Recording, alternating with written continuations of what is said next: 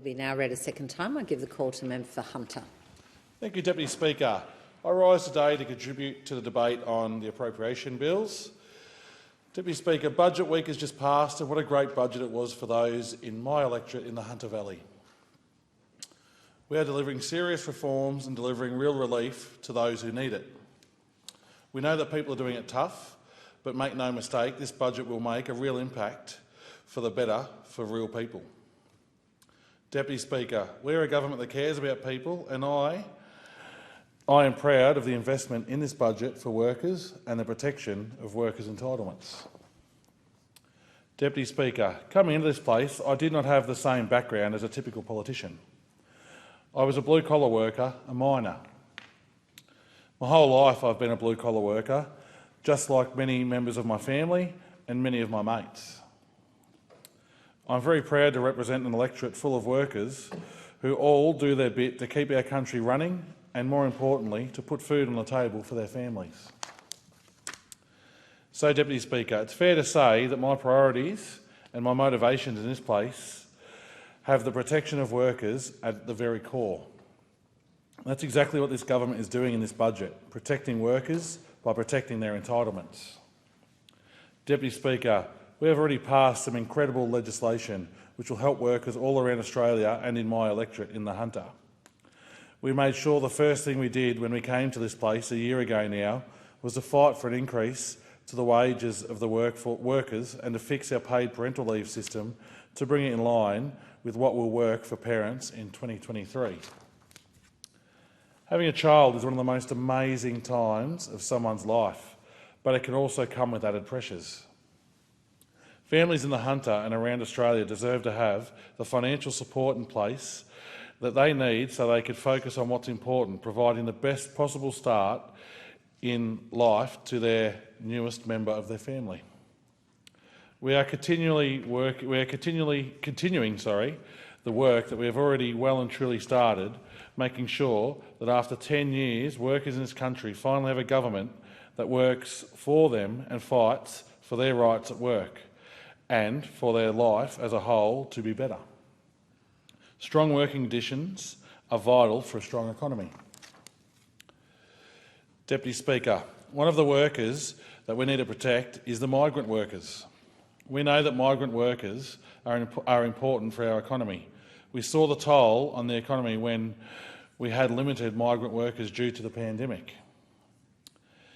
Deputy Speaker, these workers deserve the same rights and conditions as any other worker in the economy, and we are delivering reforms that will mean a temporary migrant worker's status as an employee or worker under the Fair Work Act and are entitled to its protections remains valid even if they are working in breach of the Migration Act framework.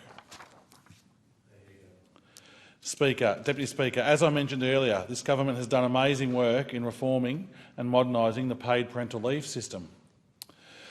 But we also need to address unpaid parental leave. These changes will allow families greater choice and flexibility to share the work and caring responsibilities in the first 24 months after their child's birth or placement for adoption.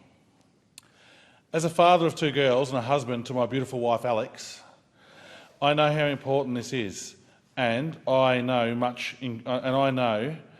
increased flexibility will help parents. Deputy Speaker, we have been creating flexibility for parents in 2 ways.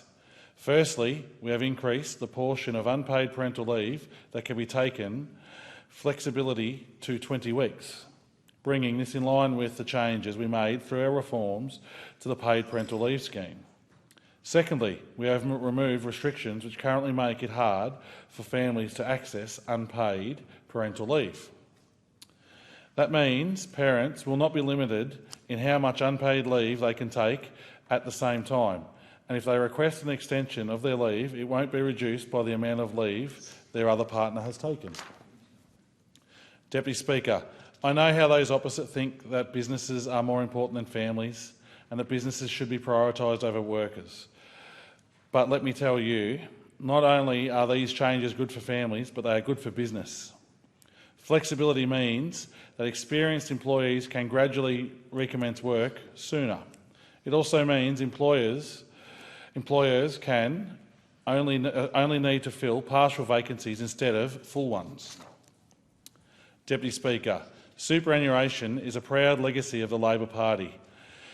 It would only be a Labor Party to introduce it, and it will only be a Labor Party who protects it. And we are hoping to provide a new entitlement to superannuation contributions in the National Employment Standards. This will introduce a requirement for employers to make contribution to a superannuation fund for the benefit of an employee, which is what superannuation should always be for, benefiting those who work hard to make their money and supporting them when they hit their well-earned retirement. This budget continues to deliver for workers. Deputy Speaker, we have also announced steps to address employee authorised deductions. Deputy Speaker, we have introduced measures that will allow employees to authorise their employers to make ongoing deductions from their pay for amounts that vary from time to time without requiring a written authorisation for each change. These variable deductions will only be allowed where they are for the employee's benefit. If there are any direct or indirect benefits to an employer arising from the arrangements, variable deductions will not be permitted. Another key issue we are addressing in protecting workers' entitlements in this budget is the action of underpayment of wages, which is unfortunately a widespread problem in Australia, with many workers being paid less than the minimum wage or having their entitlements withheld. Our reforms will provide greater protection for workers and ensure that they are able to claim their entitlements.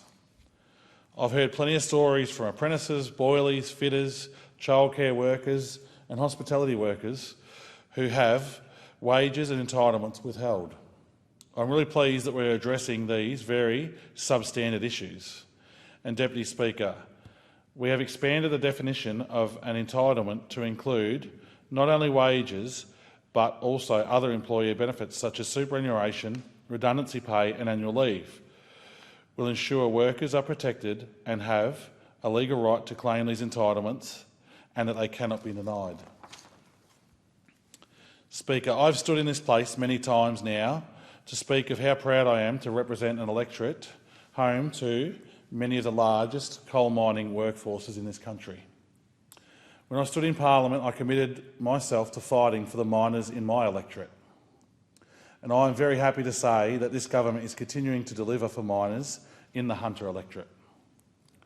One key element of this is protecting long service leave for those in the coal mining industry.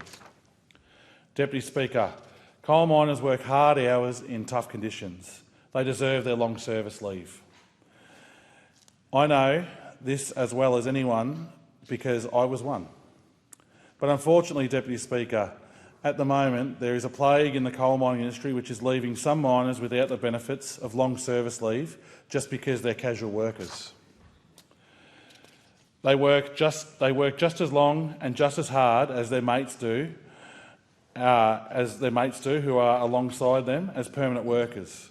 But because their employment is labelled as casual, they don't get the benefits of long service leave, while those whose employment is labelled as permanent do. Deputy Speaker, this is a disgrace and it must end.